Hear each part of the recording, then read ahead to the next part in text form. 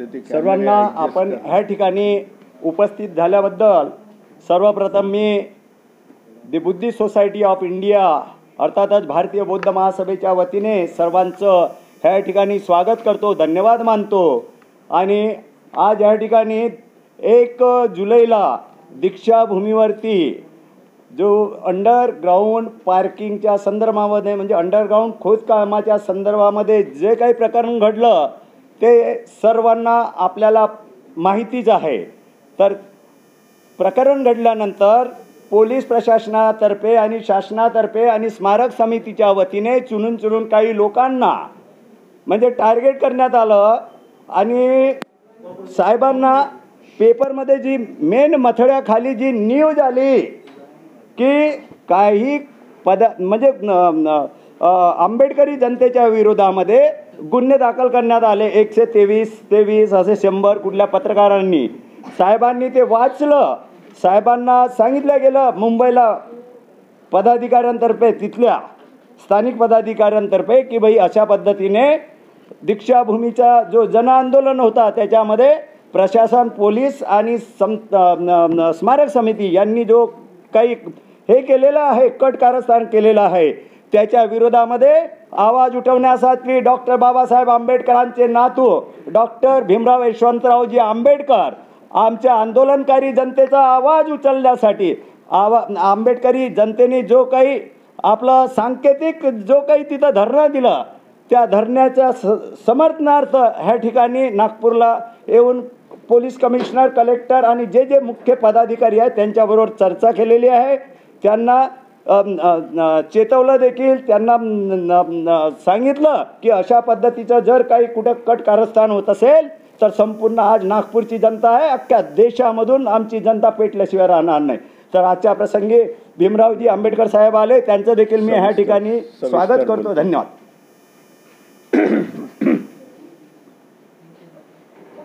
स्वतःचं पहिलं इंट्रोडक्शन देतो। चालू आहे काय? चालू। हो बोल। हो बोला। जाऊन दे, जिथं जिथं असतील तिथे बसतील आता काय घ्या संघटन मी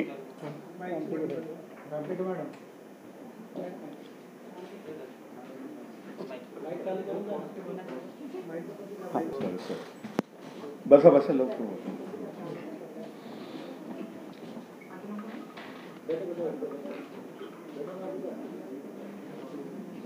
बसा, आता काय गडबड करू। मी भीमराव यशवंतराव आंबेडकर, भारतीय बौद्ध महासभेचा कार्याध्यक्ष आहे, समता सैनिक दलाचा अध्यक्ष आहे। 1 जुलैला या नागपूर दीक्षाभूमीवरती आंबेडकर जनतेचा उद्रेक झाला। आंबेडकर जनता ही रस्त्यावरती आली आणि त्यांनी स्मारक समिती त्याच्या पदाधिकाऱ्यांचा निषेध केला, प्रशासनाचा निषेध केला, कारण ही दीक्षाभूमी डॉक्टर बाबासाहेब आंबेडकरांच्या पवित्र पावन स्पर्शाने पुनीत झालेली दीक्षाभूमी आहे। डॉक्टर बाबासाहेब आंबेडकरांनी आपल्या जीवनाची अखेरची धम्मक्रांती ह्या दीक्षाभूमीवरून केली, ती पण भारतीय बौद्ध महासभेच्या बॅनरखाली केली। भारतीय बौद्ध महासभा बुद्धिस्ट सोसायटी ऑफ इंडिया याचे बाबासाहेब स्थापीय अध्यक्ष होते, त्यांनी स्थापन केली। त्याच बॅनरखाली ह्या देशामध्ये धम्मक्रांती झाली। म्हणून ही संपूर्ण आंबेडकरवादियांना, महाराष्ट्रातल्याच नाही तर देशामधल्या आंबेडकरवादियांना, बौद्ध धर्मीयांना ही दीक्षाभूमी पवित्र आहे। आणि त्या दीक्षाभूमीवरती स्मारक समितीचे ट्रस्टी आणि येथील व्यवस्था, सरकारी व्यवस्था, काही मनुवादी संघटना एकत्र येऊन ह्या दीक्षाभूमीवरती अंडरग्राऊंड पार्किंगच्या नावाखाली हे दीक्षाभूमी विद्रूप करण्याचा प्रयत्न झालेला आहे, प्रयत्न झाला। म्हणून आंबेडकरी जनतेच्या भावना तीव्र होत्या.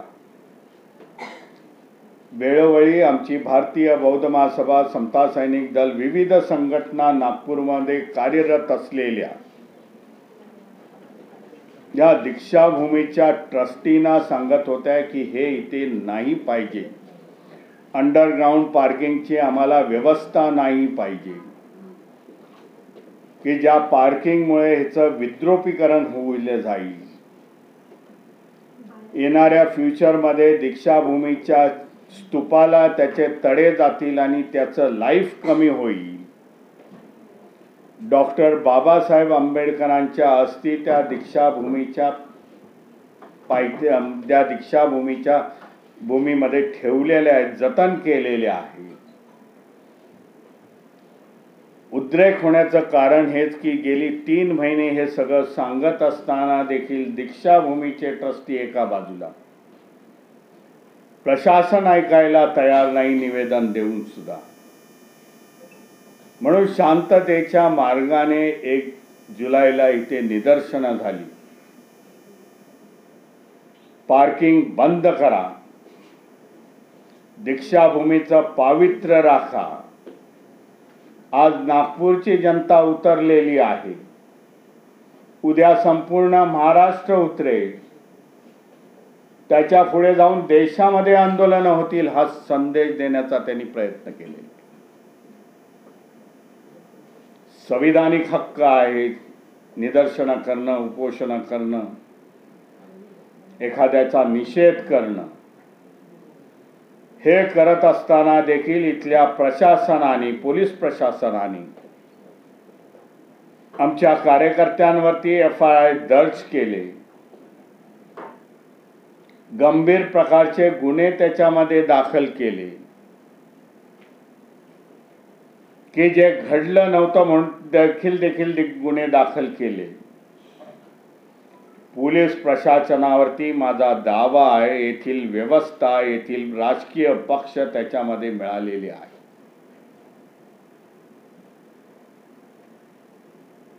म्हणून आज मी येथील कलेक्टरना भेटलो,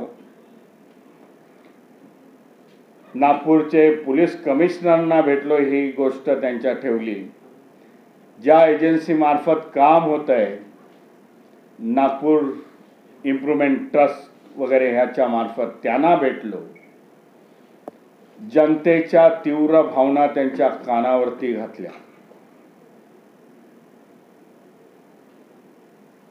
उद्रेक छोटा आहे, येणाऱ्या फ्युचरमध्ये उद्रेक मोठा होऊ शकतो.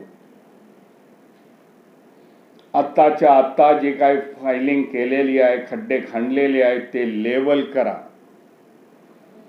दीक्षाभूमी पूर्वी होती तशी करा. सौंदर्यीकरण करत नसाल तर आंबेडकरी जनता ही सबळ आहे आर्थिकदृष्ट्या, ती त्याचं सौंदर्यीकरण करेल.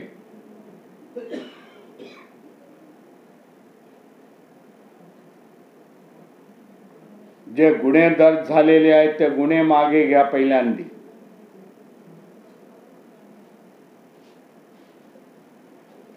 दीक्षाभूमीचे ट्रस्टी हे पपेट आहेत, पोपट आहेत, गुलाम आहेत एका संघटनेचे, चालवणारे दुसरे आहेत. त्या संघटनेने, मनुवादी संघटनेने बघितलं की दरवर्षी येणारा जो लोंढा आहे धम्मचक्र परिवर्तनाच्या दिवशी, हा लाखोच्या संख्येने येतोय आणि त्याच्यामध्ये नेहमी भर पडत चाललेली आहे. काल परवापर्यंत बौद्ध अनुयायी बाबासाहेबांना, भगवान बुद्धाला नतमस्तक होण्यासाठी येत होते. आज ओबीसी समाज मोठ्या संख्येने येतोय, मायनॉरिटीज येतोय. ते कुठेतरी स्टॉप व्हावं, त्याला कुठेतरी अडथळा यावा, दीक्षाभूमीचे क्षेत्रफळ कमी करणं हे याच्या मागचं षडयंत्र आहे.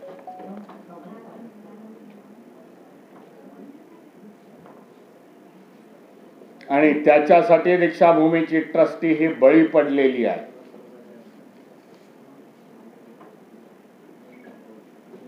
म्हणून आंबेडकर जनतेने याचा विरोध केलेला आहे. आज ही दीक्षाभूमीची हिस्ट्री अशी आहे. दीक्षाभूमी ही भारतीय बौद्ध महासभेला तत्कालीन सरकारने महाराष्ट्राचे प्रथम मुख्यमंत्री माननीय यशवंतरावजी चव्हाण यांनी दिली होती. 14 एकरची जागा.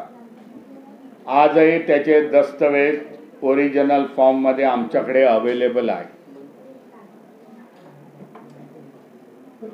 म्हणून कलेक्टरांच्या समोर सकाळच्या वेळेला जेव्हा मी माझी वार्तालाप झाला, संवाद झाला, तेव्हा सांगितलं मी हे 4 दिवसामध्ये हे सगळे पेपर्स आपल्याला सबमिट करतो. ज्या पेपरमध्ये ही भारतीय बौद्ध महासभेची बुद्धिस्ट सोसायटी ऑफ इंडियाची जागा आम्हाला मिळालेली आहे.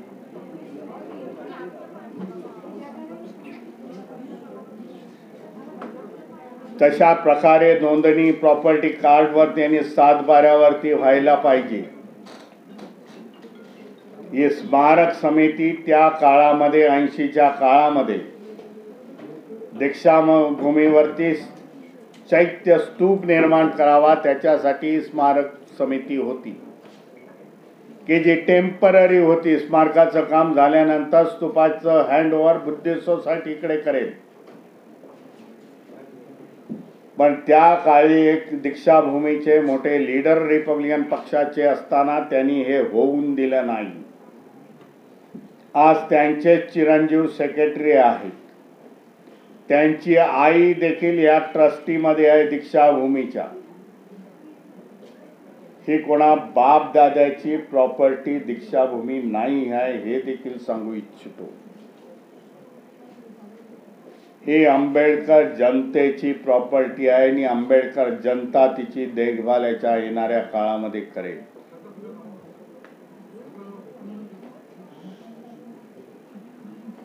भारतामधले बरेच बौद्ध धरोहर ज्याच्यामध्ये चैत्य येतं, त्याच्यामध्ये विहार येतं, लेण्या येतात. आज एका संघटना, एका समाजाने आपल्या कब्जामध्ये करून घेतलेल्या आहे.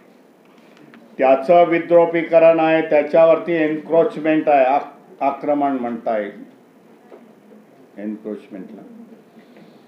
तशाच प्रकारची परिस्थिती या दीक्षाभूमीवरती मी बघतोय. म्हणून दीक्षाभूमी ह्या सगळ्या व्यवस्थेमधून बाहेर काढून ओरिजिनल आंबेडकरी जनतेच्या हातामध्ये देण्यासाठी मी आज इथे हजर राहिलेलो आहे. आमची स्वाभिमानाची लढाई आहे, अभिमानाची लढाई आहे. आमची पवित्र स्थळं आम्ही रक्षण करण्यासाठी समर्थ आहोत हा देखील संदेश येथील व्यवस्थेला देतो, सरकारला देतो. सरकारला 15 दिवसाचा अल्टिमेटम दिलेला आहे. 15 दिवसामध्ये दीक्षाभूमी जशी होती तशी करा. येणाऱ्या 12, 10, 20, 24ला धम्मचक्र परिवर्तन दिन आहे. आपण जाणता लाखोच्या संख्येने इथे बाबासाहेबांना नतमस्तक होण्यासाठी या दीक्षाभूमीवरती लोक येतात.